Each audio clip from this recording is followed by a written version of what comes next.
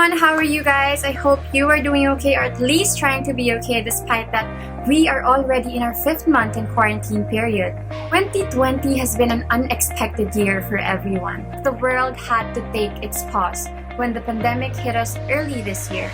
But the right attitude is just to try to keep moving forward. So today, let me share with you the biggest part of my 2020 plan, and that is taking the leap of faith and joining again the Binibini Filipinas 2020 pageant.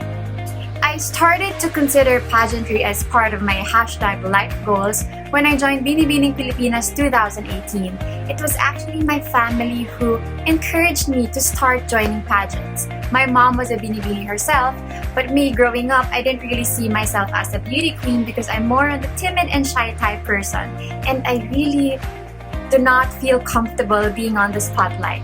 And I'm more of like a less talk, less mistake person and not a social media savvy person. So I asked myself, is it really worth to exert so much effort to be the person that you're not used to?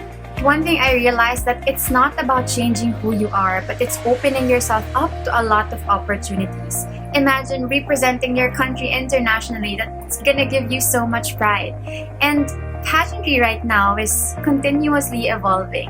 You know, there are so much more responsibilities that are expected from a beauty queen, from being an ambassador of international organizations to reaching out to a lot of people, which I'm really passionate about.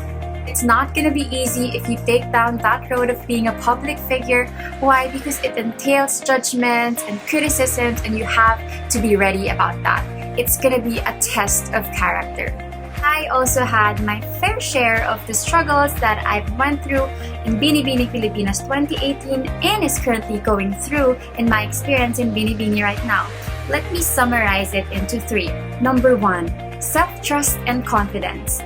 Back in 2018, I was so conscious about my co-candidates, and there was so much self-doubt that I had in me. Like, am I intelligent enough to stand up amongst the rest? Am I pretty enough? The insecurity in me sucked me up to the point that I feel like I wasn't able to give my full potential because I was always nervous. For me to somehow be able to overcome it, I just had the right mindset.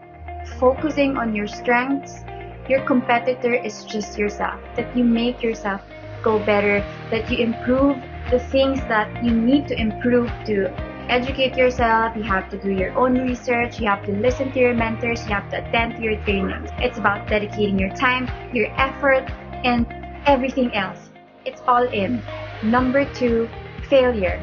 I was discouraged at first if I should join again or not because hindi ko lang kasi na-fail yung sarili ko and also the people who vouched for me.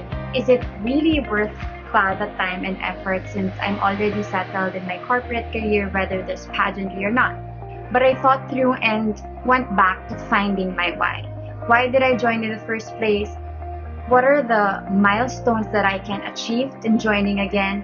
Or how far can this bring me? Pageantry allows you to discover yourself more because you're gonna have a clear picture of what you want to do and your vision for yourself and your advocacy and how much you can contribute to the Filipino society. And last but not the least, career or beauty pageant. I started my corporate career working in a telecommunications company and serving the government as my client. And then from there, I realized that I wanted to go into public service. And now working in a government and vying for a beauty queen title is gonna be, I know, quite challenging, especially if the industry requires for you to delve away on political issues. But as long as I maintain the genuinity of my intentions to stand up for what's morally upright and keep my values and principles as a person, I think I can contribute more in nation building and promoting a just and inclusive Filipino society. Being a public servant and a beauty queen, we choose our own battles. Do we create ways on how to overcome these challenges, or we just sit there and do nothing? We should not make life's adversities stop us from living. Thank you so much, guys. Please don't forget to follow Binibini Filipinas on the social media pages, YouTube, Facebook, and Instagram. I'm Patrizia Garcia, your Binibini number 4, representing the city of Manila, and also your Ever Balana Blackwater 2020. What's your story?